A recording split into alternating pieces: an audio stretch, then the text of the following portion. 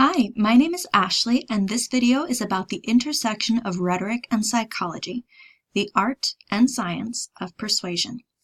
Today we will be talking about ethos and authority.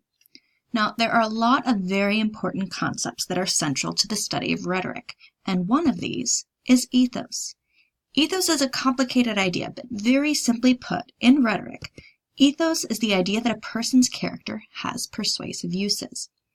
Now, rhetoric distinguishes between different kinds of ethos. The two main categories are invented and situated. Invented ethos occurs when a rhetor establishes his or her own character within his argument. A rhetor might do this by talking about his or her qualifications, character, or experiences, trying to establish his ethos with his audience. Now, the other big category is situated ethos. Situated ethos is ethos that exists outside of an argument. It's extrinsic. It's the idea that a person has established their character already by good deeds and virtuous acts, and the audience knows this. Now, this is an idea that goes way back to the ancient practice of rhetoric, where the idea was that a rhetor could establish his ethos by living a moral and virtuous life. So, I know that I said there were two main categories of ethos, but I'd like to briefly mention a third kind, and that is borrowed ethos. Borrowed ethos is exactly what it sounds like. It occurs when the rhetor uses someone or something else's ethos to strengthen his own. It can be invented, like a rhetor name-dropping in his argument in an attempt to pull on someone else's ethos, or it can be situated. So if someone gives a speech on a national news network, they're pulling from that network's ethos. Now you might be wondering, why does any of this matter? Why is it important? If rhetoric is about argument, aren't we just judging the argument, not the person? The answer is no. Rhetoric isn't just about argument. It's about persuasion. And ancients knew that the character of the rhetor mattered because this character, this ethos, would influence how people react to the rhetor's argument. Now, this leap of logic depends on a heuristic, a shortcut, that reasons that if rhetoric is about judging the goodness of an argument, good people will make good arguments, right? So then we end up with a line of reasoning that looks something like this, where a good reputation creates an ethos that lends an individual authority.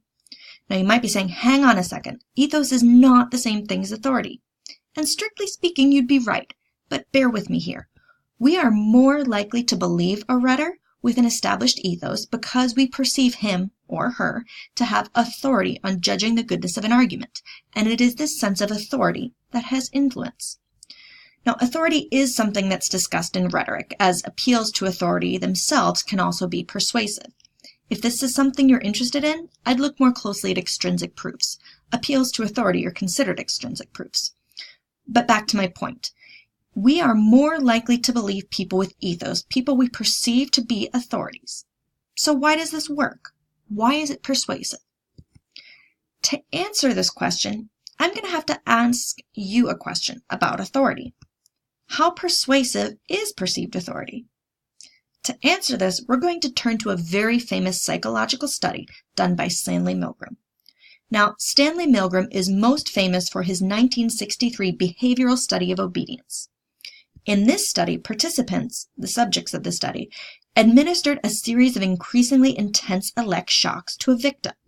These shocks went from mild to danger, severe shock, and beyond. Now, in case you're worried, don't be. This is a setup. No one was actually hurt.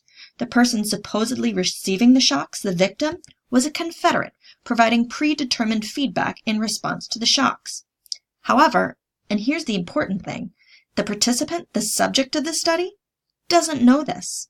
He really believes that he is administering these shocks to a real victim. So back to the experiment.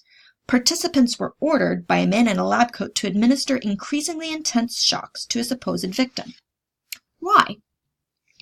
Milgram wanted to know how far people would go along with this study, believing that when the participants believed their victim was in intense pain, as indicated by yelling, crying, banging on the walls that separated them, that the participants would stop. But guess what? They didn't. The majority of participants went all the way up the scale, continuing to administer shocks labeled dangerous and beyond, even after their victim had stopped responding.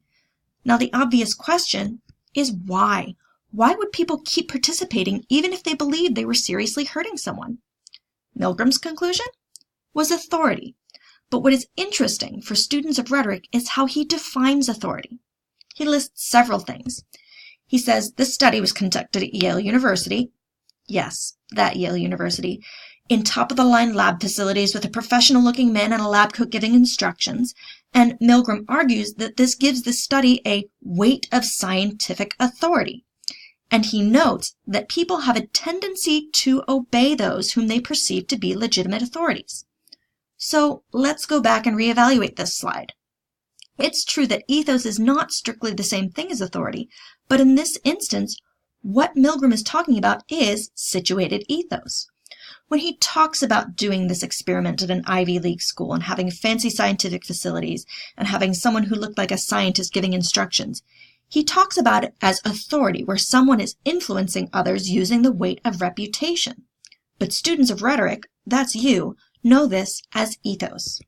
Milgram relies on the ethos of the Ivy League, the ethos of science. This borrowed ethos confers a sense of authority that people feel obligated to defer to. This is what persuades his participants to continue in such an insane study. Now, this brings us back to the beginning of this presentation, where I said that ethos exerts an influence.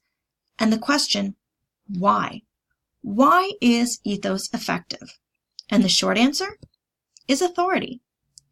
Ethos is effective because it carries with it a certain weight that we, as humans, have a predisposition to trust.